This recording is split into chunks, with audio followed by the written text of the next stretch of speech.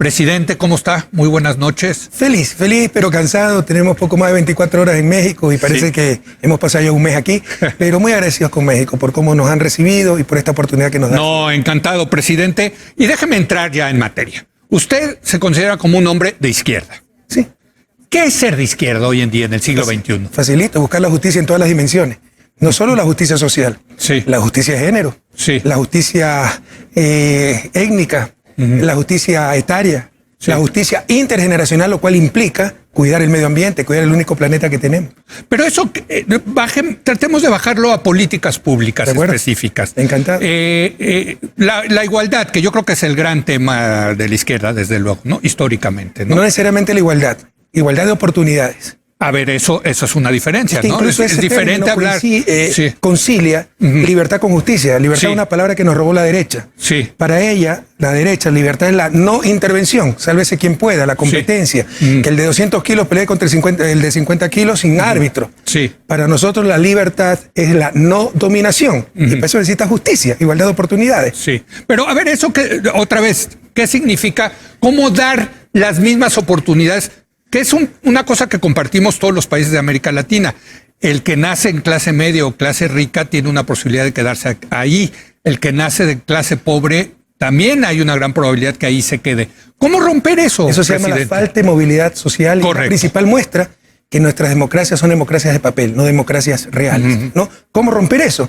Dando oportunidades. ¿Y cómo se da oportunidades? A través de la acción colectiva y del representante institucionalizado de la sociedad, por medio del cual esa sociedad realiza su acción colectiva, se llama Estado. Es un Estado que garantice educación, salud, oportunidades, no como mercancías, como derechos. Como derechos que los tiene que proveer directamente al sector público, presidente. Mire, lo importante es que lleguen a los beneficiarios, pero yo sí creo que hay cosas que por el concepto, ¿no?, fundamental de ellas mismas debería ser directamente provistas por el Estado. Ahora, eso pasa por algo que la izquierda también le ha dado la vuelta, presidente, que es el tema fiscal, el tema de cobrar más impuestos. Hoy en día, por cierto, es el gran principal tema en Estados Unidos, en la izquierda de Estados Unidos, que es cobrar más impuestos para dar más. ¿Existe izquierda en Estados Unidos? Pues bueno, la izquierda de allá, ¿no? Digamos. La diferencia entre izquierda y derecha es menor a lo que es menor. Cuando me levanto.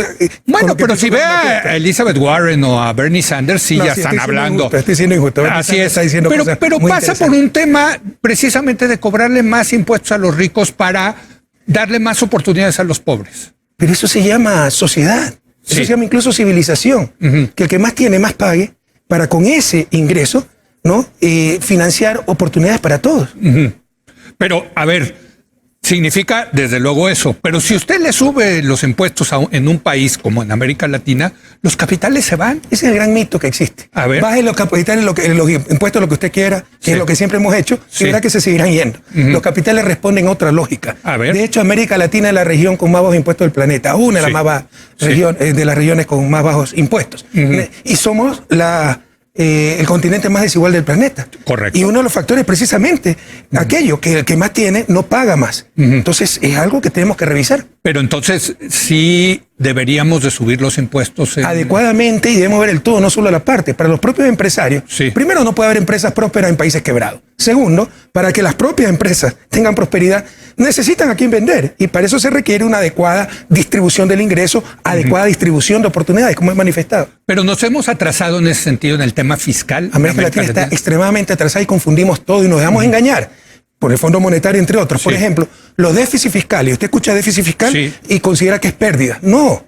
Bueno, a mí no me gustan, tampoco los déficits. A mí sí me gustan si es un déficit fruto de la inversión. Claro. Que usted, para que usted endeudarse para invertir. Si usted está pagando un arriendo, $1,000 mensuales, y en lugar de eso puede comprarse una casa de $50,000 y después, por siempre, pagar $1,000, después de 15 años, tal vez ya la casa es suya, ¿verdad? Es una buena idea comprarse la casa. Pero significa que va a tener déficit, que va a poder financiarse, pero está acumulando un activo que le va a dar un ingreso explícito o implícito por el resto de sus días. O sea, lo que usted dice, hay que endeudarse para invertir. Si es que es necesario endeudarse para invertir, hay que hacerlo. Sin inversión no saldremos del subdesarrollo, y ahí está la trampa de los déficits fiscales, cómo se los consigue, porque hay otras formas técnicas de medirlo. Incluye inversión como un gasto más, lo cual es un terrible absurdo. Es como que si una empresa privada obtuviera 20 millones de dólares en utilidades, quiere poner una nueva planta que le cuesta 50 millones, tiene que prestar 30 millones y la gente diga, prestó 30 millones, tuvo pérdida. Entender que el déficit de caja es pérdida. Ahora, ¿por qué han fracasado los gobiernos de izquierda en particular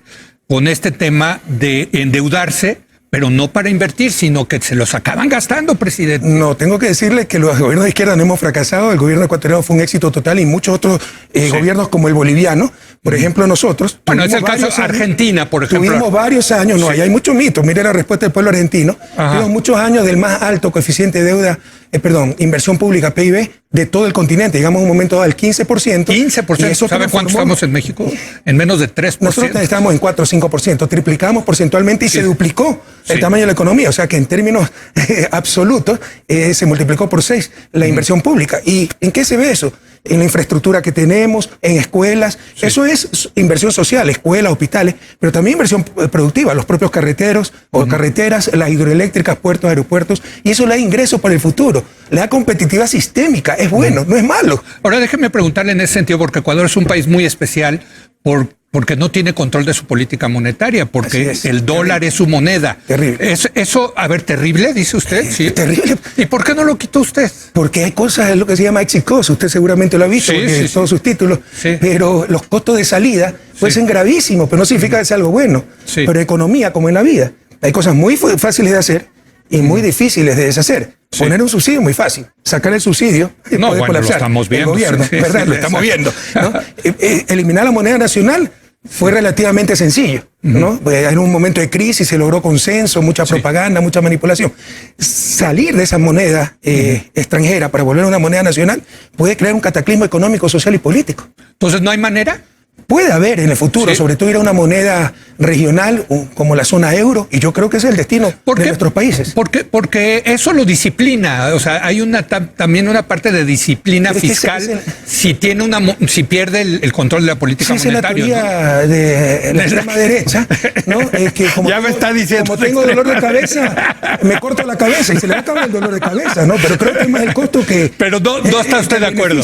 No está usted de acuerdo con eso. La moneda es el principal instrumento de coordinación social, ¿no? Usted puede con eso reactivar la economía, desde luego, hacerla más lenta, y también el principal, esto es fundamental para un país en vía de desarrollo, el talón de Aquiles de un país en vía de desarrollo, incluso el Gran México, ¿no? No es el sector fiscal, como nos quieren hacer creer, eso es ideológico, es el sector externo, ¿no? Si salen más dólares que lo que entra, hace colapsar una economía, peor una economía dolarizada. Pero en todo caso, en economías con moneda nacional, la válvula que regula eso se llama tipo de cambio. Correcto. Hay un gran desequilibrio, se deprecia la moneda y se equilibra nuevamente el sector externo.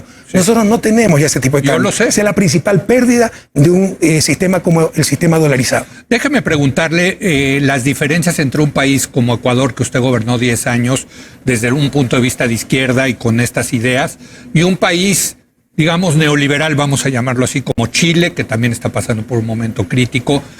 Los dos países crecieron de manera importante, y los dos países, presidente, lograron bajar los niveles de pobreza. No de desigualdad, pero sí de pobreza. ¿Cómo ve usted el asunto? Mire, primero creo que la disminución de la pobreza debe ser el principal indicador de calidad de políticas económicas y públicas en general. Y usted lo logró. Países como los nuestros, ¿no? Creo que porcentualmente Ecuador mejoró mucho más que Chile, y que el modelo chileno escondía grandes contradicciones que se están evidenciando en estos momentos. Pero hay muchos mitos sobre el modelo chileno, ¿no? Obviamente, después de 19 años de una dictadura sangrienta, pues lograron un sistema que algo funcionó, pero como usted dice, escondía grandes desigualdades. Y la pobreza es un concepto relativo. Yo le podría decir que los pobres, incluso los miserables hoy en día, serían clase media alta si comparo con la edad media, pero es una comparación errónea. Tenemos que ver con la calidad de vida que pueden alcanzar con los recursos que tenemos. Y con los recursos que tiene América Latina, no debería existir pobreza. Ahora, déjame preguntarle, ¿qué significa en ese sentido el concepto de socialismo en el siglo XXI? Maravilloso. Ya, sin caer en los dogmas del socialismo tradicional, recogemos, eso sí, valiosos principios, como buscar la justicia social, el valor de uso más que el valor de cambio, ¿no? El neoliberalismo lo que hace es producir mercancías, cosas con un precio explícito. ¿Cuál es el precio del medio ambiente? ¿Cuál es el precio del tiempo libre con sus seres queridos? Pues sí, ¿no? Se puede calcular, ¿no? Yo creo. Por medios indirectos, pero no con precios de mercado. Entonces, tomamos esto del socialismo tradicional, por ejemplo, producir cosas que beneficien, que busquen el buen vivir, tengan o no tengan precios de mercado, ¿no? ¿Cuáles son las diferencias? No creemos en dogmas, creemos que cada país debe buscar sus propias soluciones. Creemos que toda sociedad moderna debe tener mercado. El mercado es un gran mecanismo de coordinación social y económica. O sea, acepta el socialismo del siglo XXI, acepta el mercado. Pero por supuesto, pero sería negar aquello, sería tan torpe como negar la necesidad del Estado por medio del cual esa sociedad realiza su acción colectiva. Pero entonces, ¿hasta dónde el Estado? Perfecto. Sí. Esa es la gran pregunta. Dialéctica del siglo XXI. ¿Hasta dónde acción colectiva? ¿Hasta dónde acción individual? Pero ambas son necesarias para el buen vivir y para el desarrollo. Negar una y otra u otra es un absurdo. Pero aquí algo muy importante. El socialismo del siglo XXI busca sociedades con mercado. El mercado como siervo de la sociedad para obtener los fines socialmente deseables. No sociedades de mercado donde la vida, las personas, la propia sociedad se convierten en una mercancía más. Y es lamentablemente lo que está sucediendo en gran parte del planeta.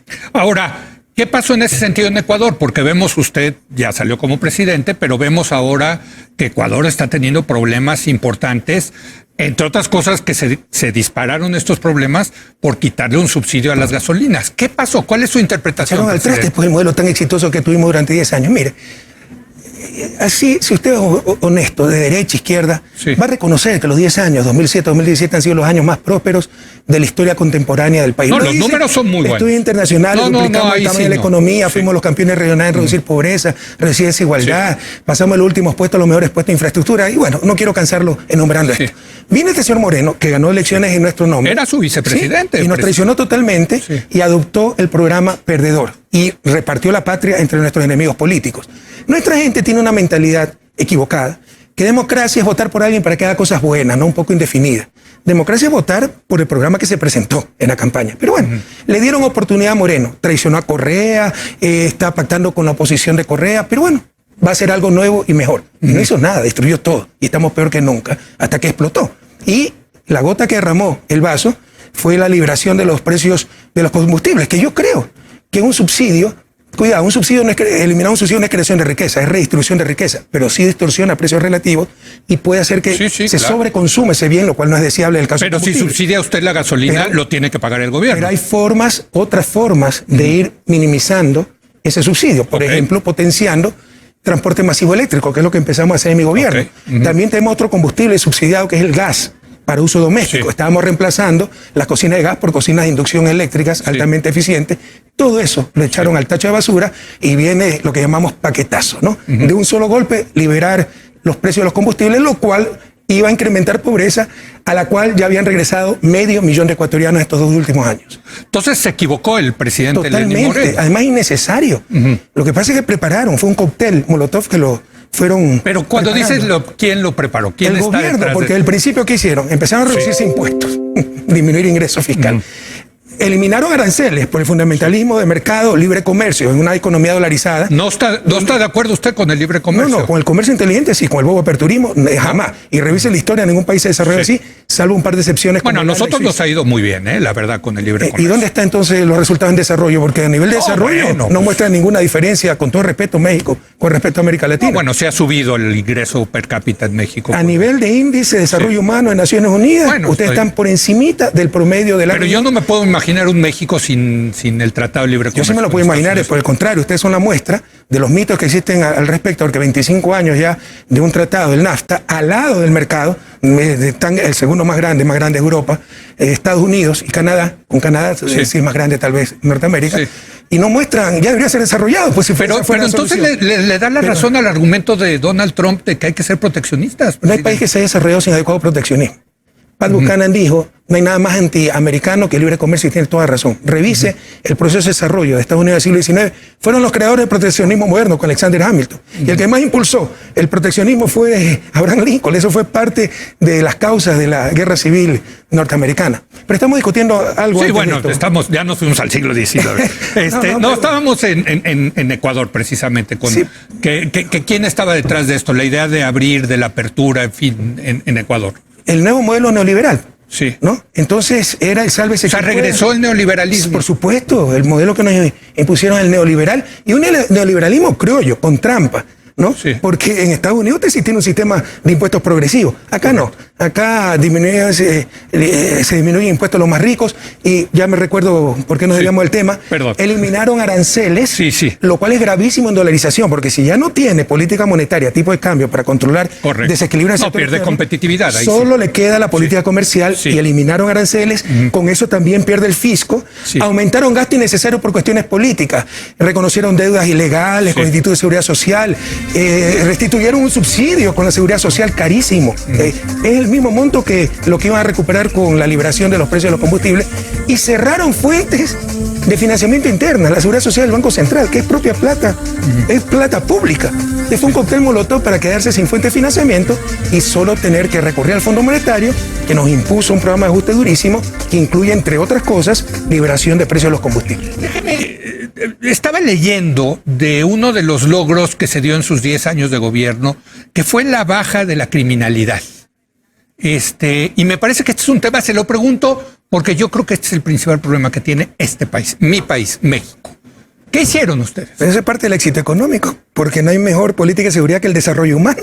Sí. Y cuando la gente tiene sus cosas, su casita, su terrenito, empieza a cuidar mucho eso y a respetar la ley y a evitar la violencia. Entonces no hay mejor política de seguridad que el desarrollo humano. Entonces hubo desarrollo humano que no ¿Qué se refiere con desarrollo humano? ¿Qué es? Bienestar humano, acceso a educación, salud, a vivienda, a un trabajo digno. Porque el neoliberalismo, y yo sé que usted es neoliberal y respeto mucho eso, y me encanta discutir con gente inteligente que no piense como yo porque aprendo, pero muchas veces por ese pragmatismo destructor, no importa que estén en condiciones de semiesclavitud, es peor que estén desempleados, no. Porque el bien más importante para una sociedad se llama el bien moral. Y la explotación laboral es sencillamente inmoral. Se pierde mucho más de lo que se gana con esa clase de cosas. Entonces, evitando eso, se genera desarrollo humano. Pero además, hubo políticas claras de seguridad sin llegar a la represión, pero mejor organización del sector seguridad. Por ejemplo, creamos el Ministerio Coordinador de Seguridad, Policía, Fuerzas Armadas, Inteligencia. Se hizo una importante reforma judicial, importantes reformas de código, sobre todo el Código Penal, que tenía 70 años de antigüedad, e incluso acciones muy directas, por ejemplo, con las pandillas. Tenemos un problema de pandillas. Lo que hicimos fue reunir a estos chicos y decirles, chicos, esa energía juvenil la necesitamos para el desarrollo del país. Les dimos trabajo, les dimos una sede social, y hoy a tal punto se integraron que tenemos un asambleísta que pertenecía a los Latin Kings. Pero entonces lo que está diciendo es, hay un brazo de política social que no hay que perder, y que la izquierda, la verdad, siempre ha sido muy clara en ese sentido. Pero hay otra parte, hay otro brazo, que es el brazo de la justicia, el brazo de la policía, fiscales, el respeto jueces, a la ley. De Estado de Derecho. Estado de Derecho. Que usted le invirtió dinero, por ejemplo, mucho dinero al tema de la policía, entiendo, ¿no? Y la reforma judicial también, que era ejemplo para América Latina. Pero dijeron que yo manejaba la justicia, yo no conozco a un juez de la Corte Nacional. Se me olvidó un factor importantísimo. El Sistema Integrado de Seguridad, el ECU 911, en todo el territorio nacional, inclusive las Islas Galápagos. Usted marca el 911 y tiene acceso a policía, bomberos, ambulancia, etcétera. Es el único país de toda América Latina que tiene ese sistema integrado en todo el territorio nacional. O sea, sí le metió dinero, hay que decirlo. Le invirtió, porque es una inversión también, ¿no? Pero es que triplicamos la recaudación tributaria. Nuestros detractores nos dicen que tuvimos suerte, que fue por ingreso petrolero. El ingreso petrolero aumentó, pero no éramos gozados de ese ingreso petrolero si no renegociábamos los contratos petroleros. Pero más aumentó la recaudación de impuestos, y no por nuevos impuestos. Estudios que hizo el SRI, que es muy bueno, el Servicio de Rentas Internas en nuestro país, mejoró mucho. Calculan que el 92% del incremento de impuestos es por eficiencia recaudatoria, porque ya no se toleró la evasión. Y triplicamos la recaudación de impuestos. Entonces eso nos dio gran cantidad de ingresos para poder invertir en la gente. Otra vez pasa por el tema fiscal, presidente. Sí, o sea, yo no he dicho que no es importante. He dicho que no es lo más importante en cuanto a desequilibrio macroeconómico. Mucho más peligroso un desequilibrio en el sector externo que el sector fiscal. El sector fiscal siempre tiene alguna manera de arreglarlo. ¿Cómo arreglarlo del sector externo? No, pero sí, estaba viendo las estadísticas, lo que logró usted bajar los homicidios por cada 100,000 habitantes. La verdad, sí, muy impresionante. Pasamos al segundo puesto. La verdad, se lo voy a ser sincero, me dio envidia, presidente. No, porque aquí estamos al revés. Vamos creciendo y creciendo. Tenemos un gobierno de izquierda que dice que también se va a solucionar esto con la política social.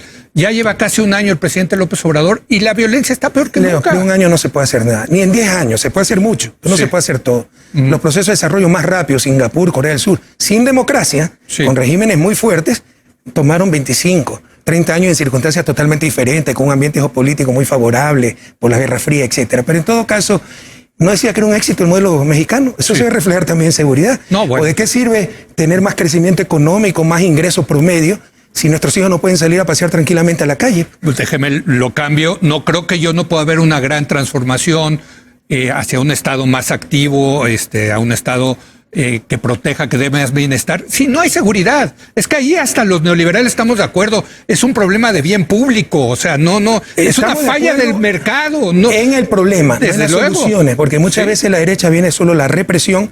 No, bueno, la izquierda, claro que no. Le he dicho, no hay mejor seguridad humana, ciudadana, que la basada en el desarrollo humano. Mire, yo en estos momentos, usted lo ha dicho, en el corte me lo dijo, me lo comentó, vivo en Bélgica. Sí. Créame que la gran diferencia con esos países no es la infraestructura, no son los mejores servicios, es la seguridad. Exacto. Saber que su familia razonablemente puede salir con bicicleta. Sin violencia, sin que la asalten, sin que les roben, etc. Sí. Ahora, Europa también tuvo sus momentos de mucha peligrosidad, sin duda. Pero ese es el paso que nos falta en muchos países de América Latina. Esa es la diferencia entre los indicadores económicos. Nos ha hecho creer que todo es económico. No, el desarrollo económico va mucho más allá de la economía, ¿no? Hay muchos bienes sin precios de mercado, intangibles, que son mucho más importantes, bueno, la seguridad, para el bienestar la seguridad social, para el bienestar humano, el bienestar ciudadano, que producir más carros, más papas, más tortillas, etcétera. Mire, y uno de esos bienes se llama seguridad. Mire, presidenta, y uno de los factores fundamentales para esa seguridad es la equidad. Con grandes diferencias es una forma de violencia. Pobreza, fruto de la inequidad, ¿no? Es disparar balas cotidianas. Mire, presidente, yo que creo en un Estado más acotado, si con solo me diera el Estado mexicano seguridad, yo me daría por satisfecho. Pero no se equivoquen, esa seguridad primero no es esfuerzo de un gobierno, es esfuerzo de todos, ¿no? Se necesita un Estado. Segundo, no viene de más policías con más grandes armas, más cárceles, viene de más desarrollo humano, viene de más inclusión, viene de menor inequidad. No igualdad, yo no creo en igualdad absoluta, ¿no? Pero igualdad de oportunidades, como le manifestaba al inicio. Déjeme preguntarle sobre su relación con los medios de comunicación. Sé que fue pues problemática, por ponerle un adjetivo. Como usted está haciendo problemática esa relación. No, aquí no hemos tenido esa problemática, la verdad. ¿Qué pasó? ¿Por qué? ¿Qué pasó con usted y los medios de comunicación? ¿Por qué se pelearon? Es que no es tan simple el asunto. No son medios de comunicación, son medios de manipulación. Son los guardianes del status quo, no nos equivoquemos. En Ecuador y en gran parte de América Latina esos medios pertenecen a unas élites que siempre nos han dominado y van a tratar de destruir a cualquier gobierno que intente cambiar las cosas. Son los guardianes del status quo, pero también caen en una gran inconsistencia, ¿no? Yo creo que ningún periodista tiene derecho a mentir, a manipular en nombre de la libertad de expresión, pero además están asumiendo un rol político, pero no quieren aceptar respuestas políticas. Ellos le pueden decir todos los días al presidente inepto, ladrón, corrupto, y usted no le puede decir incompetente porque está atentando contra la libertad de expresión. Entonces, que ya se bajen de esa nube rosada. Si asumen un rol político, que sepan soportar respuestas políticas. Pero no es papel de los medios, de la prensa en particular, criticar al poder. ¿Y quién está contra eso? La crítica inteligente, como la suya, bienvenida. Pero no critican, mienten. O sea, no porque sea opinión, puede ser en base de hechos inventados, ¿no? Entonces, yo estoy contra el gobierno de Correa porque Correa es un corrupto y tiene cuentas en Suiza. Bueno, demuestre las cuentas en Suiza. Eso no es opinión, eso es calumnia. O sea, los hechos. O sea, la verdad nos hará libres. América Latina es muy tolerante con la mentira. Es una gran diferencia con el mundo anglosajón. Y nuestra prensa miente y no podemos permitirlo. ¿Y entonces qué tiene que hacer el gobierno al respecto, presidente? Mire, incluso desde el no está fácil, desde la el punto de vista democrático, es un problema complejo, pero yo creo que el más importante, que enfrentan los movimientos progresistas y la propia democracia. Porque una buena prensa es vital para la democracia. Una mala prensa es letal para esa misma democracia. Los medios nos han robado la democracia. El sistema que tenemos, de plano. Sí, el sistema que tenemos actualmente es un sistema de equilibrio de poderes, ¿no? Montesquieu, 240 años. ¿Cuál es el contrapoder de ese poder inmenso que se llama poder mediático? Entonces, algo anda mal ahí. Y cuando hay un contrapoder, se requiere control social de ese poder. Pero tiene más poder el Estado. Tiene más poder un presidente, que es el jefe de Estado, que cualquier medio de comunicación. Ese es otro gran error. Ganar elecciones en América Latina no es ganar el poder. El poder real sigue en lo que se llama factores reales de poder encabezados por el poder mediático. No es el único. Poder económico, poder militar, poder religioso. Pero para mí el más importante es el poder mediático, poder sin contrapoder. Y nuestras democracias se han convertido en democracias mediatizadas. No importa lo que usted diga en la campaña, es lo que digan los titulares. Y eso no es democracia. Ahora, déjeme, me voy al caso cubano, por ejemplo, ¿no? País comunista, socialista. Pues ahí no hay prensa, ahí no hay libertad, ahí no se puede criticar al gobierno. Bueno, sí hay prensa, pero tal vez tiene razón, no se puede criticar, pero no significa que la solución sea el otro extremo, que porque son empresas privadas con fines de lucro, en nombre de la libertad de expresión puedan difamar, engañar, manipular. Le insisto, nos roban la democracia y van a boicotear cualquier proceso de cambio porque todo está en función de mantener el status quo. Basta ver a quién pertenecen los medios de comunicación en América Latina. Pero y entonces hay que censurar los presidentes. No, de ninguna manera. Entonces, ¿cuál es la solución? Bueno, yo creo, me encanta este tema. Sí, y voy a escribir este tema. Veo que a mí también, ¿eh? Un seminario. No, bueno, viene y lo platicamos, presidente. Sí. Pasa por el cambio en el sistema de propiedad. No nos engañemos, de que se inventó la imprenta, la libertad de prensa es la voluntad del dueño de la imprenta. Si por definición son negocios privados con fines de lucro y hay un conflicto entre el derecho de los ciudadanos a ser informados y el lucro de esa empresa, ¿qué va a prevalecer? Por definición el lucro. Ahora, no son tan rentables los medios de comunicación. El lucro viene a través del poder. Tienen poder. Entonces, eso buscan ese poder. En consecuencia, hay que cambiar la forma de propiedad. Debe haber más medios públicos, no significa medios gubernamentales, controlados por los ciudadanos. Debe haber más medios comunitarios, llamamos a Ecuador, pero, por ejemplo, el grupo de periodistas profesionales, 5, 8 que se unen, que el Estado los apoye para que hagan verdadero periodismo. Ahora, la tecnología... No dependan de auspiciantes, no busquen necesariamente el fin del lucro, se dediquen solo a la tarea de informar. Ahora, la tecnología no está resolviendo ese problema con las redes sociales. O sea, sí está rompiendo, se está rompiendo esa especie de monopolio de la que usted está hablando. Por experiencia le digo, los medios tradicionales, ¿no? Por experiencia le digo que eso está sobredimensionado. Sí, se ha mitigado el poder de los medios hegemónicos, pero no es que ya más importantes son las redes sociales. De hecho, las redes sociales muchas veces reproducen lo que dicen los medios hegemónicos. Ya siguen teniendo un poder enorme. Tal vez ha disminuido. Antes podían imponer un gobierno. Ahora tal vez no tienen ese poder, pero sí tienen el poder de vetar o boicotear cualquier política que no les convenga. Déjeme hablar en ese sentido de algo que fue muy importante durante su gobierno y que tiene que ver con el Internet. Julian Assange, usted le dio refugio en la embajada. Cuéntanos de esa decisión. Bueno, la embajada de Ecuador en Londres. Mira, ¿no? Yo al menos en lo personal tengo un problema para la política, que es ser muy coherente. Podemos explicar todas nuestras acciones. Podemos equivocarnos, ¿eh? ¿Quién no se va a equivocar en 10 años? Pero normalmente somos coherentes. Yo no es que coincido con todo lo que ha hecho Julian Assange, pero era claro que no tenía garantía del debido proceso. Era claro que pedían juzgarlo en Estados Unidos con leyes que implican la pena de muerte, lo cual es rechazado por el Sistema Interamericano de Derechos Humanos y todos los tratados de derechos humanos a nivel mundial. Y si usted ve el reporte que se hizo después de 2 meses de estudio, por eso se le otorga el asilo. Porque no hay garantía del debido proceso. Pero supongo que tenía muchas alternativas, no sé cuántas alternativas tenía Assange, pero yo cuando escuché que Ecuador sí me llamó la atención. Qué raro, ¿no? Que busque asilo en un país donde no se respetaba la libertad de expresión. Bueno. Para que vea que era mentira. Pero fue una decisión difícil para usted. No, por ejemplo, ¿no lo presionó Estados Unidos? No, de ninguna manera. ¿No? Con Snowden sí me llamó el vicepresidente, pero tampoco sin presionar, sino decir, están preocupados porque ha pasado esto. Y bueno, vamos a tomar en cuenta sus preocupaciones, pero jamás hubiéramos aceptado ninguna clase de imposición o de amenaza. Pero no, lo que se hizo, mire, es nuestro derecho soberano.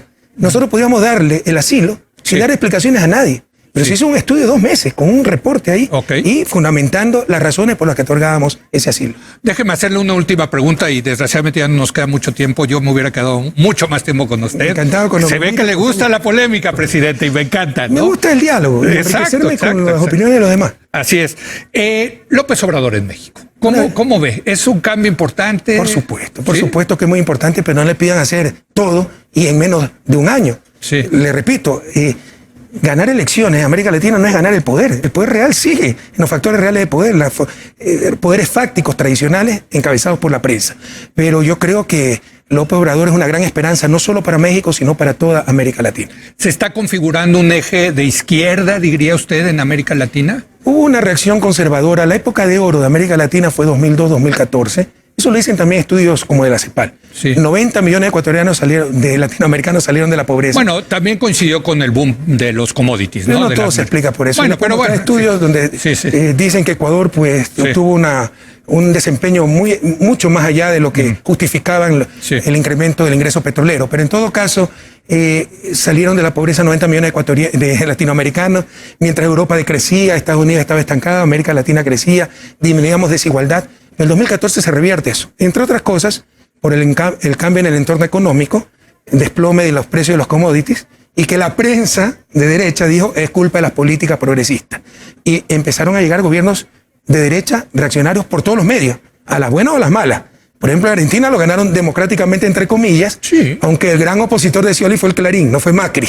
¿No? Bueno, pero pues se vale, ¿no? Que el Clarín... Bueno, pero hacer una propaganda. Sí. ¿No? Bolsonaro en criticar a la prensa es criticar la libertad de expresión, no es criticar a esas empresas que no cumplen con sus deberes. Como cuando decían cuando estábamos colonizados para mantenernos dominados, que criticar al rey era criticar a Dios. Ya superemos esa cosa. Podemos y debemos criticar a la prensa. Pero en todo caso, en Brasil llegaron a la brava con un golpe parlamentario contra Dilma. En Ecuador llegaron por la traición. Pero bueno, hubo un cambio en la realidad de América Latina. Pero más rápido de lo que se desarrolló ese cambio, empezó ya a desaparecer con la victoria de Alberto Fernández en Argentina. Entonces yo creo que hay un cambio muy importante en la región, con las protestas que hemos visto en rechazo al neoliberalismo en Chile y Ecuador, con la victoria de Evo Morales en Bolivia. Ahora, sí hay que decir que si la izquierda no produce resultados en materia de seguridad y de economía, pues la derecha va a regresar al poder. Ese es el punto. ¿O no? Generamos esos resultados. ¿Por qué cree que a mí me están persiguiendo judicialmente? Porque saben que si hay elecciones, yo regreso al país, les gano todas las elecciones. Entonces utilizan estrategias antidemocráticas. Mire cómo se ha ganado en Argentina. ¿Por qué no dejaron participar a Lula? Porque si lo hubieran dejado participar el presidente de los Estados Federados del Brasil, sería Ignacio Lula da Silva y no Jair Bolsonaro. Le robaron no solo la libertad a Lula, sino la democracia a Brasil. Y ese apoyo popular no es porque somos carismáticos, interesantes, estas cosas. Es por lo que la gente compara y sabe que antes vivió mucho mejor con nuestra política progresista. Mi productor me va a matar, pero sí le quiero hacer la pregunta. ¿Cómo? Maduro en Venezuela. ¿Cómo lo ve usted? Bueno, porque yo lo veo desde una perspectiva ahí sí diferente, de que no hay democracia en Venezuela. ¿Y usted cómo puede analizar la situación de Venezuela, que es un país en guerra? ¿Usted ha analizado las sanciones que le ha puesto Estados Unidos? Es una agresión. Es el mismo argumento de Cuba. Pero es un argumento válido. Pero usted puede juzgar la situación política, social y económica de Cuba, el éxito o fracaso de las políticas socialistas, cuando tienen 60 años un bloqueo criminal con el cual México no aguantaría 3 meses. Perdóneme que sea tan cruda en la comparación. Sí, no, está bien. Entonces, levanten el bloqueo, levanten las criminales sanciones a Venezuela y al día siguiente discutimos de cómo vemos la democracia en Venezuela. Bueno, yo ya me dejó ahí picado con ganas de polemizar con usted, pero ya nos tenemos que ir. Presidente, muchas gracias, de verdad. Venga más seguido a México. Si me invita con programa. No, ya adoro venir a México. Gracias a Rafael Correa, gracias a usted por habernos acompañado. Yo lo espero mañana en punto a las 10 de la noche, cuando otra vez sea la hora de opinar.